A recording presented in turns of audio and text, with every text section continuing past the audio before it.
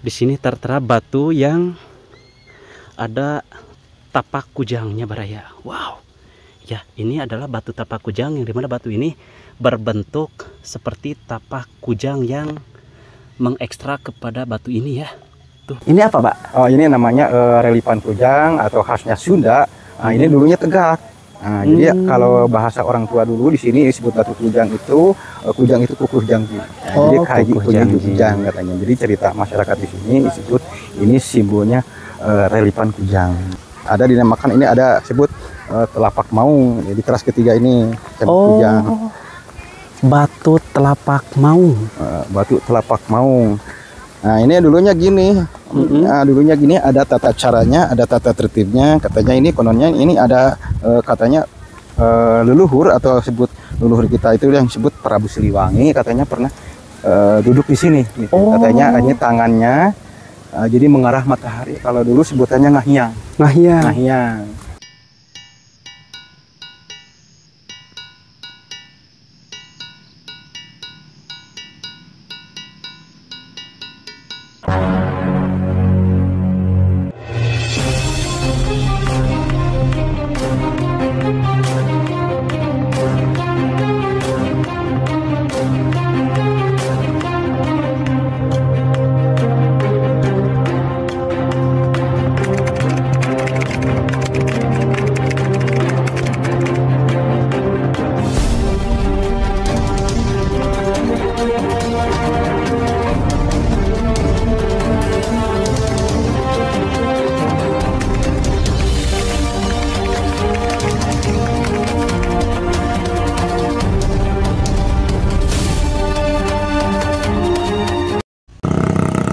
Assalamualaikum warahmatullahi wabarakatuh.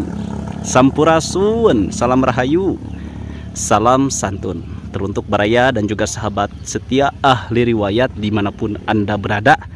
Alhamdulillahirrahmanirrahim. Kali ini Mang HR sedang napak tilas ke situs cagar budaya Gunung Padang ya Baraya. Masya Allah.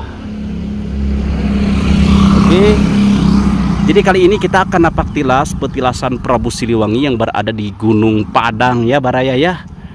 Oke, dan seperti yang bisa Baraya lihat, ini adalah satu gapura menuju ke arah Gunung Padang situs megalit, dan di sini admin akan mengangkat kisah daripada sejarah petilasan Prabu Siliwangi yang berada di sini. Konon katanya Prabu Siliwangi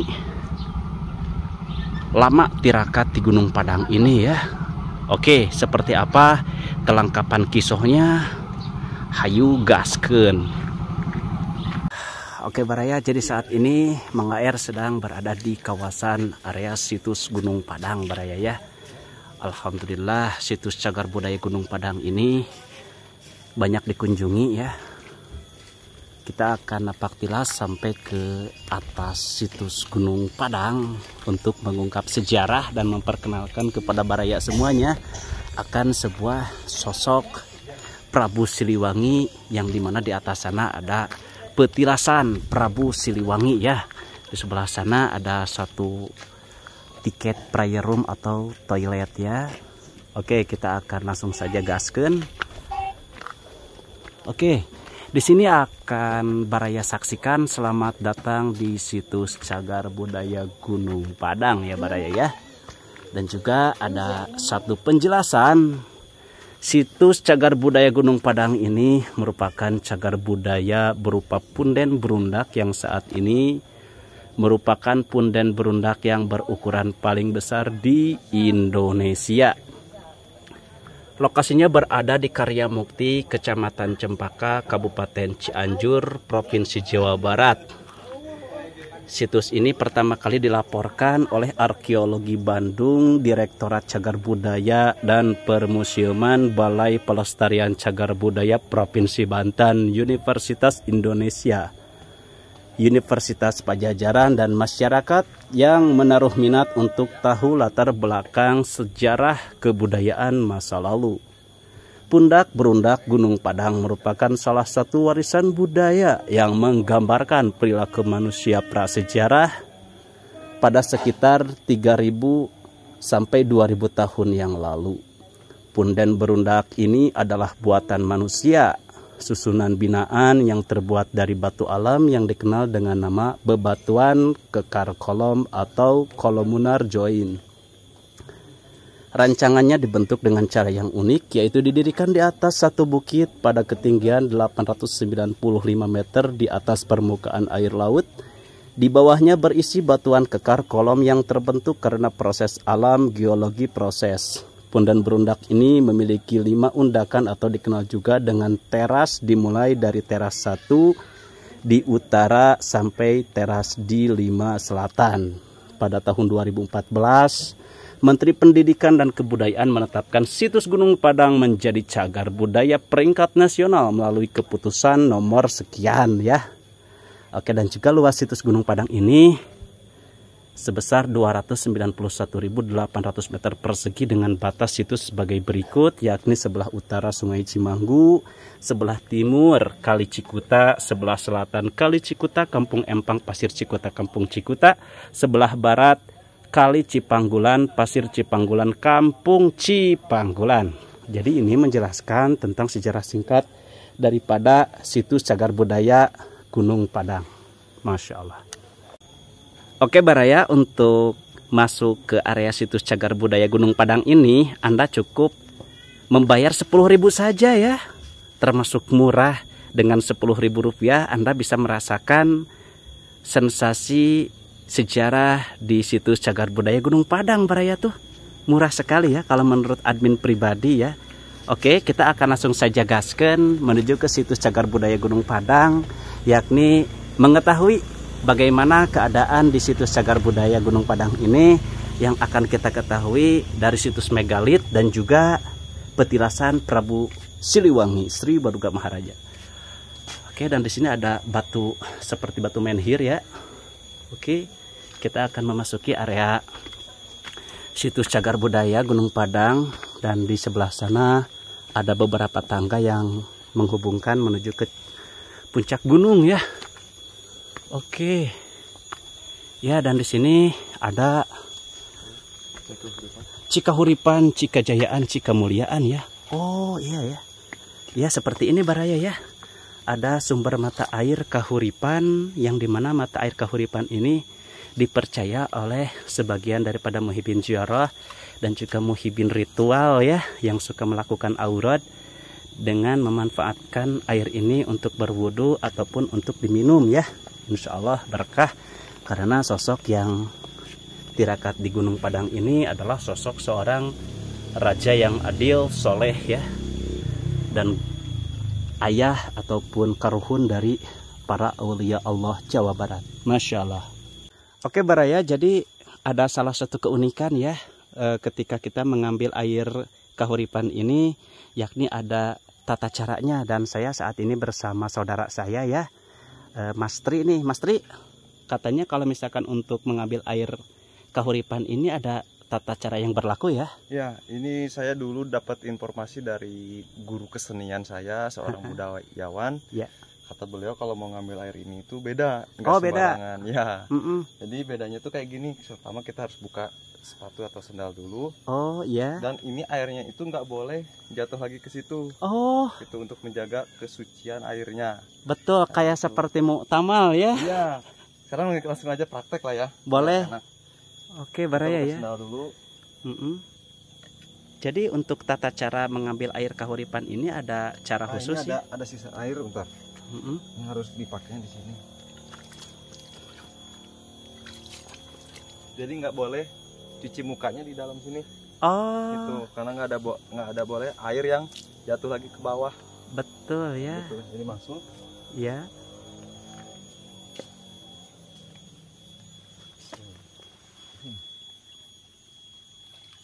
Nah ini mah air kalau mau pakai harus di atas. Oh, harus di atas. Gitu, ya. Mau cuci muka atau ya. Mau diminum. Oh, jadi ini adalah gimana? cara praktek untuk ya. Mempergunakan air Kahuripan yang berada di Gunung Ini Padang. sehat airnya, bisa langsung diminum dari sini. Oke ya. Gitu. Kalau misalkan bawa botol dicampur untuk bawa pulang bisa kayak gitu. Cuma dengan catatan jangan sampai Jangan air dibawa. yang dipakai Jangan dibawa atau di diambil situ. sini jangan dimasukin di bawah, tapi diangkat dulu. Jangan sampai air yang kita angkat ini terjatuh lagi kepada air yang di sana. Kalau kata guru seni saya dulu, karena kan manusia itu ada salah dosa, nah dosa kita masuk ke situ. Oh gitu, dan juga mungkin lebih ke dikiaskan dengan yang namanya bab wudhu seperti muktamal ya. Mungkin Tidak kayak gitu. sah kalau misalkan kita menggunakan satu air tanpa adanya dua kulah, tapi mempergunakan baskom atau ember, tapi si air tersebut jatuh lagi kepada Nah, bener Mang. baskom ataupun ember tersebut. Ya. Takut-takutnya muktamal mungkin seperti itu ya. Ya, tapi Oke. mungkin di atas kan ada akang kuncinya, Ya. kita tanyain lagi. Oh iya, Lebih itu afdol. hanya sebagian daripada pendapat dari budayawan ya, untuk kelengkapan dan juga keaslian daripada sejarah tersebut. Wallahu a'lam ya. Nanti kita akan jelaskan bersama juru kunci Gunung Padang. Oke Baraya, jadi untuk menaiki situs Gunung Padang ada 2 akses ya. Yang pertama tangga terjal lama sebelah sini, dan ini adalah tangga yang biasa. Namun saat ini Mang Aer ingin memberikan sensasi yang luar biasa kepada Baraya dengan cara menaiki tangga terjal lama ya, yang dimana aduh horizontal dan juga vertikal ya. Tuh Baraya, kalau seperti tangga ini jalannya seperti datar, tapi kalau misalkan tangga yang ini terjal ya. Nanti Baraya bisa lihat di sebelah sana. Untuk menaiki tangga terjal ini harus hati-hati ya. Tidak disarankan untuk menaiki tangga terjal ini, tapi harus seseorang yang bermental kuat. Untuk yang fobia akan sebuah ketinggian, tidak disarankan untuk menaiki tangga terjal ini. Tuh Baraya ya, waduh. Oke ya, kalau misalkan melalui tangga yang sebelah sini, ini lebih aman, lebih safety ya. Tuh, kita kan saat ini akan memberikan hiburan, jadi akan menaiki tangga yang terjal ini. Oke, kita akan sambil mendengarkan relaksasi suara alami yang berada di situs Gunung Padang. Waduh,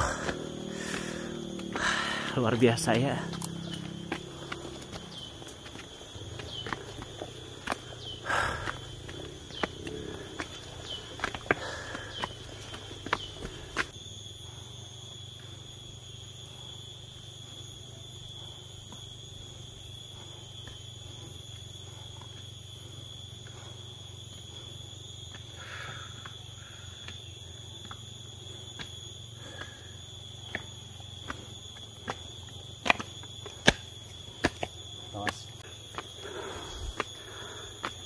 Oke, kita akan berlanjut menaiki tangga yang terjal ini ya. Nanti di atas sana Baraya akan disuguhi dengan 5 teras ya, yang dimana setiap terasnya ada makna tertentu bagi yang suka aura ya. Tuh Baraya ya, batunya seperti ini tersusun dengan rapi.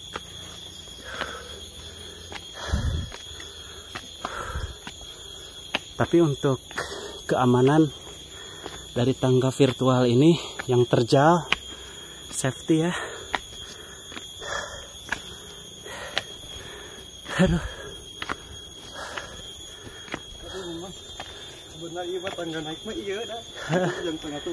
Iya, memang sebenarnya difungsikan sebenarnya tangga untuk naik itu tangga yang ini. Tapi ya dikarenakan harus umum ya, jadi harus menggunakan tangga yang lain, yang ditakutkan orang yang fobia gitu kan. Wow, luar biasa, mantap ya.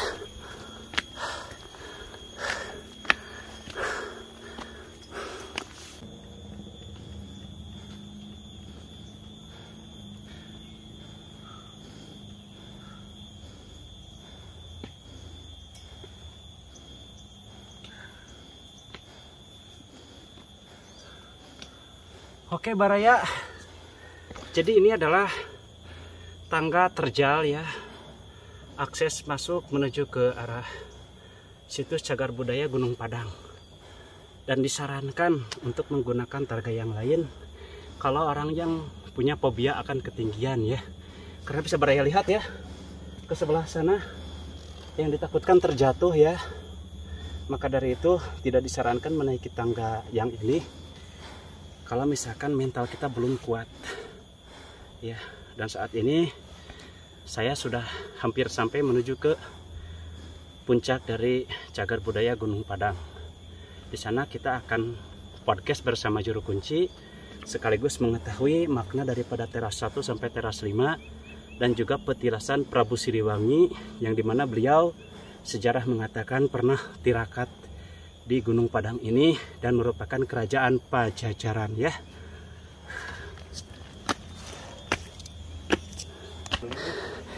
Kalau untuk pecinta alam yang suka dengan hiking ya, mungkin ketika menemukan tangga-tangga seperti ini akan lebih memilih untuk menaiki dengan rute tangga terjal ya.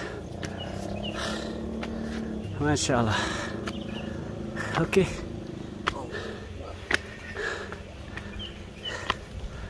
Ya, tapi untuk keamanan luar biasa ya, kokoh.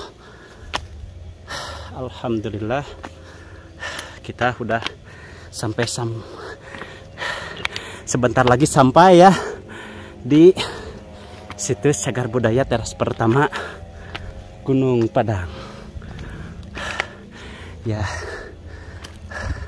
Dan unik ya, banyak hanjuang Baraya. Biasanya kan kalau hanjuang itu identik dengan makam ya. Oke, dan di sana nanti kita akan lihat dan cari tahu. Katanya ada batu yang bisa berbunyi layaknya seperti musik.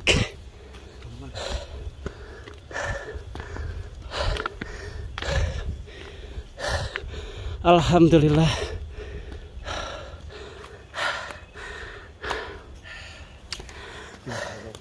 Disinilah tertera ya, tangga curam teras 1, dilarang membuang sampah sembarangan. Oke, bisa Baraya lihat ya, tangganya terjal. Dan saat ini Mang Aer sedang berada di teras 1 Gunung Padang. Kita akan maju ke arah sana. Nanti di sana kita ke teras 2, teras 3 dan juga teras 5. Untuk mengetahui sejarahnya, nanti admin akan podcast bersama juru kunci di atas ya. Adapun di sini banyak ya, seperti gundukan batu. Ini batu menhir atau apa ya. Dan ada pohon hanjuang. Biasanya kan identik pohon hanjuang itu ditanam di kuburan ya. Ini makam ataupun makom ataupun hanya hiasan belaka. Wallahu alam. Nanti kita akan tanya saja kepada ahli wilayah juru kunci yang berada di area Gunung Padang. Oke, kita akan ungkap satu persatu. Ya, di sini adalah area teras 1 ya. Oke, dan juga bisa Baraya lihat di sini tertera dilarang duduk di batu berdiri ya. Oke, ini seperti pintu kerajaan ya. Mungkin disusun seperti ini tuh Baraya ya. Batu ini seperti tiang pintu yang berdiri tegak. Oke, bisa Baraya lihat. Jadi ketika kita memasuki batu ini, kayak seperti kita memasuki area ruangan di sebuah istana Pajajaran mungkin ya. Karena konon ada satu paham yang menjelaskan di Gunung Padang ini adalah salah satu kerajaan Pajajaran yang diabadikan oleh masyarakat, khususnya sejarawan dan juga budayawan. Kita akan memasuki area istana kerajaan. Bismillahirrahmanirrahim. Assalamualaikum ya Rizalul Goib. Oke, dan kalau misalkan imajinasi kita bermain ya, saat ini kita sedang berada di kawasan area ruangan kerajaan ya. Dan seperti ini banyak sekali batu-batu yang bisa disimpulkan bahwa Dahulu mungkin belum ada teknik modern sehingga batu yang menjadi pijakan ya, sebagai bentuk upaya dan juga salah satu benda yang bisa dipakai untuk berpijak untuk para tokoh. Dan ini ada batu besar ya, ini sejarahnya apa? Oke, dan kita akan berlanjut ke sana. Di sana ada batu gamelan yang disebutkan yaitu gamelan stone atau batu yang bisa membunyikan suara ya. Tapi kita tidak bisa melangkah ya, sebagai bentuk adab. Kita harus bisa menghormati kebudayaan dengan cara kita kembali untuk keluar dari istana kerajaan ini Baraya ya. Halo. Kita akan melihat ke arah sebelah sana. Di sana ada batu gamelan stone ya. Stone itu batu keras dan gamelan itu sebuah bunyi yang dimana batu ini akan membunyikan suara ya. Oke, kita akan melihat bagaimana, apakah bisa berbunyi atau tidak ya. Oke, apakah bisa berbunyi atau tidak? Kita coba.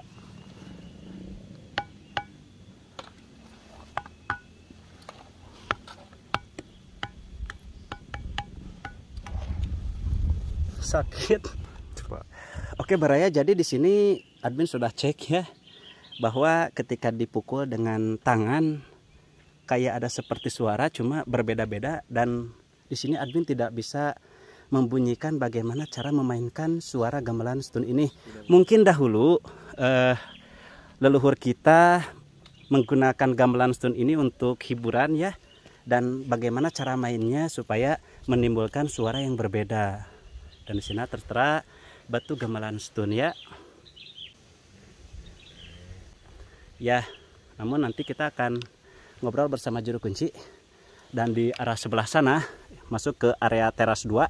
Di teras 2 kita akan menemukan beberapa petilasan, dan menuju ke teras 3 di sana ada petilasan Prabu Siliwangi yang berupa kujang dengan berbentuk batu yang bertapakan senjata kujang berikut tapak maung ya. Kita akan lihat ke arah sebelah sana. Namun untuk yang sebelah sini, gundukan batu ini dilarang naik ke atas sini karena ya bisa Baraya lihat ya, tuh ada satu palawangan ataupun tihang batu yang dimana tihang ini mengisyaratkan untuk bisa menaiki ke atas, namun bagi orang-orang tertentu. Maka dari itu ditulislah dilarang naik ke atas sini ya, dan dilarang pula menggeser batu-batu yang sudah ada. Oke ya, maka dari itu saat ini kita sedang berada di teras kedua. Adapun untuk teras yang ketiga itu di sebelah sana Baraya tuh. Nanti pun di sana ada teras 3, 4, 5 ya, sama seperti ini ya. Oke, dan untuk batu ini yang bisa menaiki batu gundukan ini hanya beberapa orang saja, ataupun tokoh-tokoh penting ya yang punya ikatan duriah dari Pajajaran atau dari kenegaraan. Oke. Dan salah satu sosok yang pernah menaiki batu ini adalah sosok Presiden Republik Negara Indonesia, yakni Bapak Susilo Bambang Yudhoyono, yang dimana beliau pernah menaiki batu ini dengan melewati tihang dan berdiam diri di sana ya. Jadi Bapak Susilo Bambang Yudhoyono selaku Presiden RI dahulu mantan pernah menaiki batu ini. Itulah sosok yang pernah menaiki batu tersebut. Namun kita selaku warga masyarakat biasa dilarang ya untuk menaiki batu tersebut karena yang ditakutkan tidak dengan ilmunya. Oke Baraya, jadi nanti kita akan melakukan acara podcast bersama pemelihara ataupun pelestarian sebagian daripada pengurus. Batu kursi di Kampung Burma sebatanana tempat diskusi atau tempat memecahkan masalah dulunya. Ini di area kedua. Nah, ini namanya batu kursi atau tempat foto itu atau tempat diskusi para nenek moyang. Nah, ini dinamakan ada batu lumbung ini. Lumbung itu ya lambang kesuburan. Oh, ini pohonnya. Batu lumbung itu yang ini Pak? Yang bulat ya. Yang ini? Oh, ini batu lumbung ya. Oh, oke. Jadi batu lumbung tersebut adalah tempat untuk Penyimpanan atau gudang. oh gudang, Kalau saya tatanen lah. tatanen. Kalau dulu seperti tua mah seperti itu. Kalau misalkan ini adalah Batu kursi. batu kursi yang dipergunakan oleh leluhur dahulu untuk bermusyawarah. Ya, musyawarah atau tempat diskusi. Gitu. Diskusi atau tempat memecahkan masalah. Jadi orientasinya atau arah kiblatnya ke Gunung Gede Pangkalan. Nah, jadi Gunung Batu, Pasir Bogor, Gunung Kacana, Gunung Gede, Gunung Pangkalan. Dulu cerita orang tua dulu itu cita-cita setinggi Gunung Gede itu pedoman gitu. Siloka ya. Siloka. Ini apa, Pak? Oh, ini namanya reliefan kujang atau khasnya Sunda. Nah, ini dulunya tegak.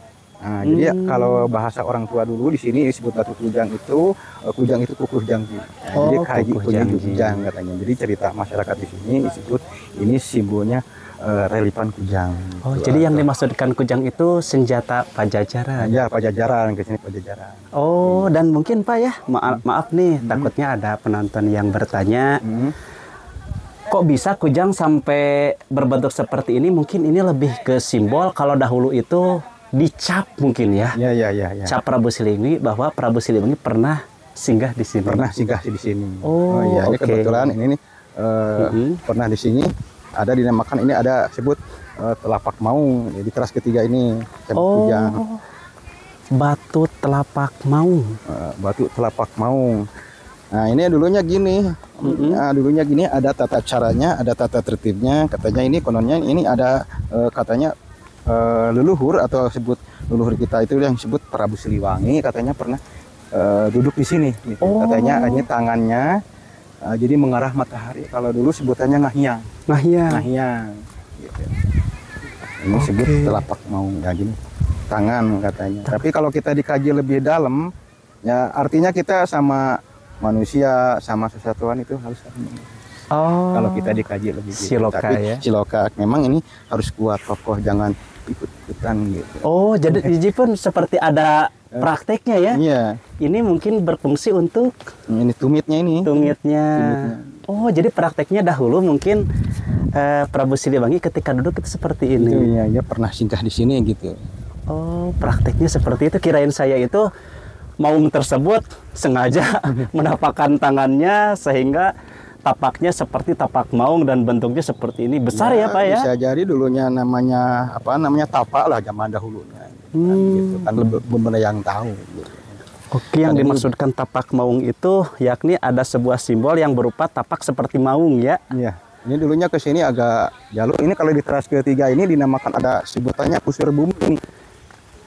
Pusir bumi ini di teras ketiga itu disebut pusir bumi itu kalau menurut ilmuwan ini awal peradaban manusia katanya. Awal peradaban manusia yang dimaksudkan pusir bumi. Ya, ada disebut origom kata orang yang spiritual. Origom katanya. Di tengah ini. Ini origom, Pak. Ya, yang di tengah-tengah disebut origom katanya. Kalau menurut orang spiritual gitu. Oh, berdasarkan pendapat dari ahli spiritual ini disebutkan origom. Iya, atau disebut dorpa juga. Sebetulnya setiap lokasi itu ada dorpanya, tahan gempa katanya. Oh, ya ini menuju teras yang keempat ini.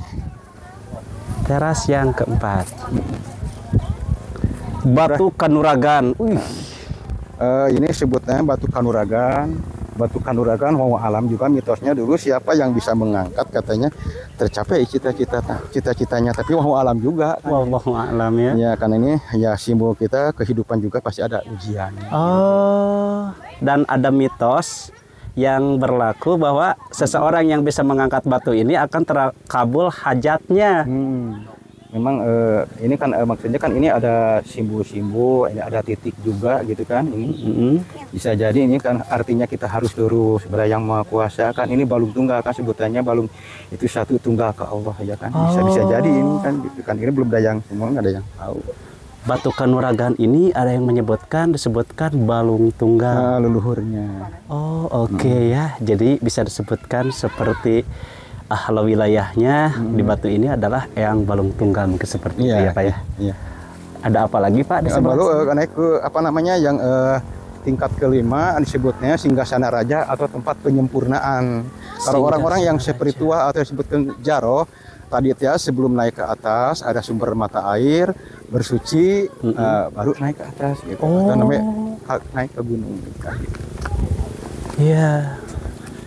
Oke. Nah, ini disebut Singgasana Raja ini. Singgasana Raja. Singgasana Raja dulu tuh sampai spiritual atau jarah itu bisa duduk di situ. Jadi orientasinya arahnya ke Gunung Gede Pangrango. Oh, jadi arahnya ke sebelah sana ya? Iya, ke Gunung Gede Pangrango. Oke.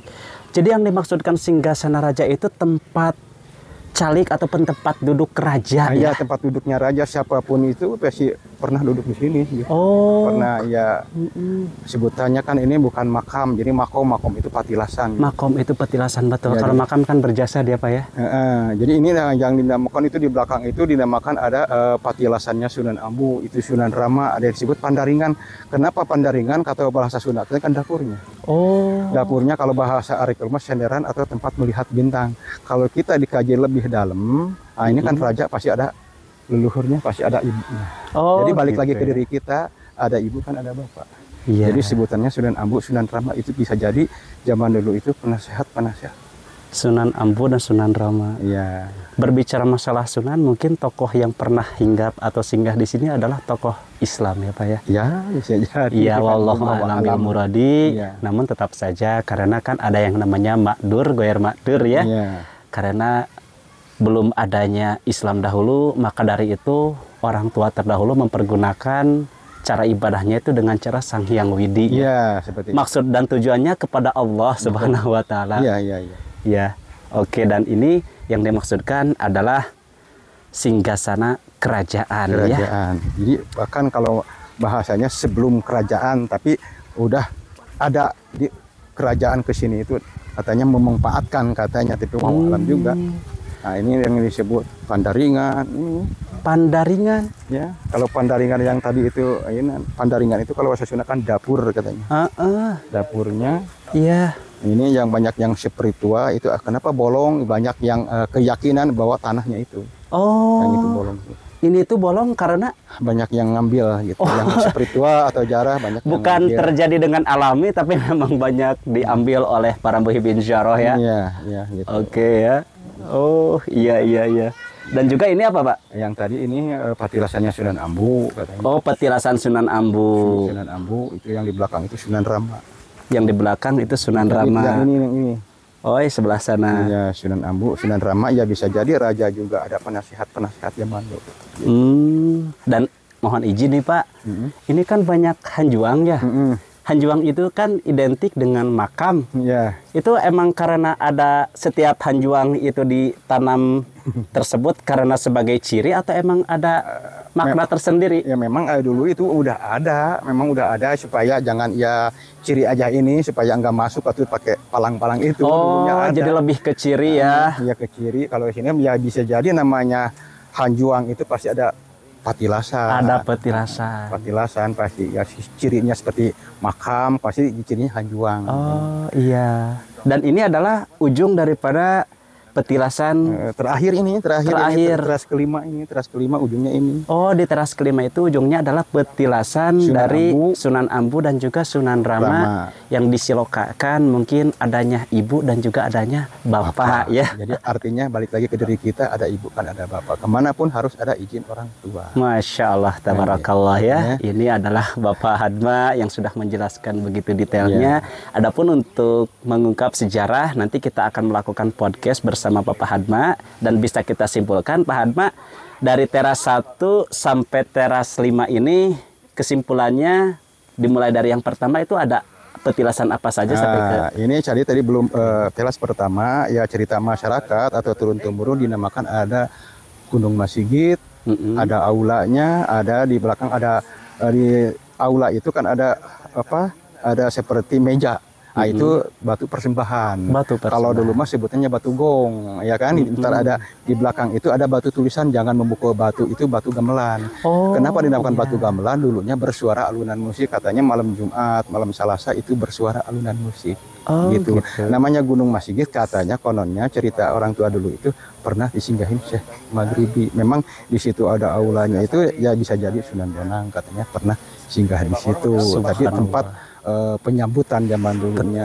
Memang kalau dulu kan orang-orang di sini itu kan belum ada banyak warga, masih sedikit gitu. Tahun ya sekitar tahun 80 itu masih bersuara-suara alunan musik katanya. Jadi bisa jadi dari sini, kalau sekarang kan udah dibuka umum tuh, namanya 2010 kunjungan di Yusuf, 2011 arkeobiologi itu staf kepresidenan itu. Jadi itu kadar besinya tinggi, andesit itu. Jadi menurut ilmuwan mah napilatilada gitu. Napilatilada. Ya, atau bisa jadi tempat pemanggilan, kan kalau sekarang kan namanya ada kohkol kan. Nah, kalau dulu zaman batu udah ada tempat pemanggilan kalau kita dikaji lebih dalam gitu. Kalau dahulu mah kan disebutkannya dengan ciri memanggil itu dengan menggunakan alat-alat tradisional. Kalau sekarang itu bagaimana caranya supaya tidak menghilangkan, digantilah dengan beduk atau kohkol. Dan jadi, untuk berlanjut ke teras yang kedua itu ada apa? Yang tadi itu namanya batu kursi. Batu kursi itu tempatnya diskusi atau tempat memecahkan masalah. Dinampilkan ada simbolnya lumbung, ada jejak kaki juga ada. Yang ketiga ada disebut tadi reliefan kujang atau khasnya Sunda atau Jawa Barat. Terus pernah ada apa? Yang ketiga itu ada telapak maung. Ya bisa jadi pernah disinggah yang Prabu Siliwangi kesininya. Nah, yang keempat yang disebut batu Kanuragan. Batu Kanuragan itu tempat pengujian, tapi wallahu alam juga ya. Kalau kita di begitu baru naik ke Singgasana Raja atau tempat penyempurnaan. Ini dinamakan tadi itu Pandaringan. Ada disebutkan Sunan Ambu, Sunan Rama, artinya balik lagi kita ke diri kita, ada ibu kan ada bapak, ada leluhur kan ada kita gitu. Jadi ini fungsinya Gunung Padang ini tempat ibadah, tempat musyawarah, tempat pemujaan dulunya Gunung Padang ini disebut Negara Siang Padang atau Keraton Siang Padang. Kalau dibuka umumnya 2010 itu kunjungan di Yusuf, 2011 arkeobiologi itu staf kepresidenan Andi Arief itu diambil sampelnya menurut ilmuwan sampai yang ini diambil sampelnya sampai ke 25.000 tahun sebelum Masehi gitu. Itu kenapa dinamakan dibawa apa umurnya ini, waktu itu katanya dibawa ke Jakarta, dicek di Miami di Florida itu ternyata tertua katanya. Jadi seperti itu. Areal Gunung Padang 29,1 hektar, ini di puncaknya 4.000 meter. Orientasi arah kibatnya ke Gunung Gede Pangrango gitu. Memang ada tata caranya sebetulnya tadi yang namanya spiritual atau jarah itu masing-masing agama sebelum ke atas itu bersuci dulu baru naik ke atas. Panjangnya 175 meter, anak tangganya 378 anak tangga. Tapi lebih dikaji lagi lebih dalam, namanya punden tahapan atau tingkatan ini masuknya ke diri kita. Ke diri kita. Siloka ya Pak ya. Siloka. Jadi namanya punden tahapan tingkatan, cek bahasa Sunda mah netek taraje nih cakambalan, ada undah kusuknya, ada tata tertibnya, ada tata caranya. Gitu. Kalau misalkan sesuai dengan aturan, insya Allah hajat ataupun napak tilas kali ini bisa bermanfaat dan juga hasil maksud dan tujuan ya. Adapun tingkat kebenaran yang sebenarnya, wallahu a'lam bil muradi, hanya Allah yang maha tahu daripada apa yang tidak kita ketahui. Namun pendapat Bapak Hanpa ini yaitu dari sepuh ke sepuh yang hingga saat ini diwariskan dari kesepuhan kepada para pemelihara ketika akan dipandu mungkin oleh para pemelihara dan juga kelestarian. Kalau misalkan untuk juru kunci itu dengan Bapak siapa? Pak Asep. Bapak Asep. Jadi turun temurunnya yang tadi ini kan belum tuh. Kalau tercatatnya 1914 itu yang tercatat dulunya Belanda, namanya M.J. Krum, itu bukan menemukan katanya. Kenapa Belanda mencatat di sini, kan ini ada perkebunan teh, desa ini ada pengambilan emas juga. Itu bisa jadi nyatet di sini itu bukan menemukan. Dilaporkannya 1979, namanya Pandi Pasoma Pak Abidin. Itu namanya orang tuanya Ki Asep. Dia ada turun-temurunnya. Turun-temurunnya yang dinamakan sebagai juru kunci. Iya, turun-temurunnya yang tadi memang ini dari masyarakat disebut Pokdarwis gitu. Nama saya Pak Hadma gitu. Tadi udah dibilangin, tapi kalau namanya mau bertanya ya silahkan, kalau memang cuman tadi itu membantu atau ya ngajaga lah, ngajagi, melestarikan dan memelihara ini batu-batu atau apa namanya, ada plastik namanya udah dibuka umum kan, orang-orang tuh buang sembarangan. Kalau masuk ke sini ke Gunung Padang harus ada tata tertibnya, tata caranya, harus ada sopan santunnya. Kalau dilindungi undang-undang itu maksudnya mencoret atau memindah gitu jangan. Tidak boleh ya. Tidak boleh. Al aslu kawiyun, asal mah kuat. Tekang yang digonta-ganti. Kalau sekiranya awi itu panjang, jangan sampai dipotong, jangan sampai diperpanjang pula. Ya, itu yang kalau cerita masyarakat yang tadi seperti itu. Jadi yang namanya jangan dilebih-lebihkan. Oh, jangan dilebih-lebihkan dan jangan dikurang-kurangkan. Tempat ibadah, tempat musyawarah, tempat pemujaan kan sekarang mah udah booming supaya pengen tahu oh gini ada sejarahnya, ada hasil arkeologi biologi kan gini. Oke. Jadi areal Gunung Padang 29 hektar di puncaknya ini. Oke Baraya, jadi saat ini saya bersama Baraya dari mana ini? Punten, assalamualaikum sadayana. Waalaikumsalam warahmatullahi wabarakatuh. Di Sumedang. Aduh, masya Allah, tabarakalahnya. Oke, sengaja datang ke sini untuk napak tilas atau ada tugas khusus? Napak tilas kesepuhan. Subhanallah ya. Mungkin napak tilas di sini karena ada tugas atau karena hanya ingin datang rekreasi saja? Bukan, karena leluhur kita tuh di sini. Oh, seperti itu ya. Ini tuh tempat berkumpulnya para raja zaman dulu. Yang diprakarsai oleh Prabu Siliwangi. Ya, luar biasa ya. Sampai ke bawahnya. Sampai yang Haji Surya Kancana. Setiap ada pertemuan pas di sini. Iya. Tapi tadi saya dilihat di sana ada ibu yang mungkin ada panggilan batin ya, seperti itu ya. Nah, biasa itu. Kalau kata orang Sunda mah kasar rumahan. Oh iya. Tapi kita berhusnuzon saja ya. Mungkin itu salah satu sepuh yang ingin berkomunikasi dengan duriahnya. Oh, berarti Bapak ini ada keturunan dari Pajajaran mungkin ya? Mungkin saja. Ini semuanya keluarga? Ya. Oh, ini dengan ibu sama? Erin. Ibu Erin. Oke, Barayana ini Ibu Erin dari Sumedang ya, Bu ya. Ini dengan ET siapa ini? Teh Kin Sakinah ya. Mawadah warahmah. Oke, dan juga Ibu siapa ini, Ibu? Ibu Zahra. Alhamdulillah. Dan juga Kang siapa ini, Kang nih? Waduh, Kang Agus kakar sekali ya. Kayak Aderai. Pemangku jabatan di Sumedang. Waduh, alhamdulillahirabbil alamin. Saya juga rencana mau ke Museum Sumedang, Kang nih. Insya Allah di lain waktu. Ini makan di Ujung Jaya, perbatasan Majalengka. Perbatasan. Jati Gede. Jati Gede. Al-Kamil. Ya lumayan, harus ada perjuangan dan pengorbanan. Wih, luar biasa. Nyampe ke sini ya alhamdulillah. Rasa capek, rasa pengorbanan itu hilang. Ya. Dengan adanya tempat ini yang sangat benar-benar menakjubkan.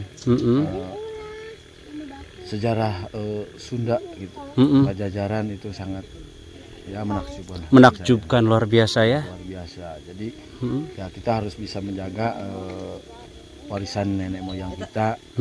Kita jangan lupa sejarah supaya hidup kita tidak linglung lah. Betul, luar biasa. Gitu aja lah. Luar biasa, singkat, padat, bermakna, luar biasa sekali ya. Jadi Akang ini menjelaskan jangan lupakan yang namanya sejarah leluhur kita. Tanpa adanya sejarah belum tentu ada kita. Luar biasa. Terima kasih atas pesan dan juga kesannya. Semoga barokah dari kesepuhan senantiasa beserta Akang dan keluarga. Amin. Berkah bil barokah atas kesepuhan ya. Dan juga saya akan mengambil salah satu perwakilan dari salah satu ibu di antara semuanya. Ini dengan ibu siapa, maaf?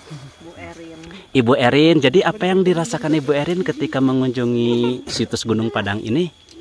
Ya, pokoknya mah plong gitu, apa yang tadi dibawa dari rumah, beban kita tuh sekarang alhamdulillah ya. Tapi yang dirasakan Ibu Erin ketika di rumah belum kesini mungkin berat ya? Iya. Tapi setelah mengunjungi kesini alhamdulillah ya. Serasa ringan, serasa tanpa beban gitu. Oh iya, mungkin antara ikatan batin yang belum terlaksana saat ini terlaksana ya. Semoga berkah ya. Oke. Terima kasih Ibu Erin ya atas pesan dan kesannya. Amin ya. Kita berdoa di tempat yang dimuliakan ya. Alhamdulillah. Oke Baraya, itu adalah kesan dan juga pesan dari Baraya Sumedang ya. Bagaimana beliau menjelaskan akan sebuah napak tilas, mengenang sejarah leluhur kita, walau bagaimanapun jangan lupakan yang namanya sejarah. Tak mungkin ada kita tanpa adanya sejarah. Leluhur kita berjuang membela negara, agama, nusa dan bangsa semata-mata untuk generasi penerus. Dan alhamdulillahirabbil alamin, situs Gunung Padang ini hingga saat ini masih banyak dimulai dan juga banyak yang mengunjungi. Semoga berkah kesepuhan dan juga karuhun kita senantiasa menyertai kita. Adapun tingkat kebenaran fakta sejarah dari ini semua kita akhiri. Wallahu a'lam bil muradi. Di sini admin pamit. Akhirul kalam, wabillahi taufiq wal hidayah. Assalamualaikum warahmatullahi wabarakatuh.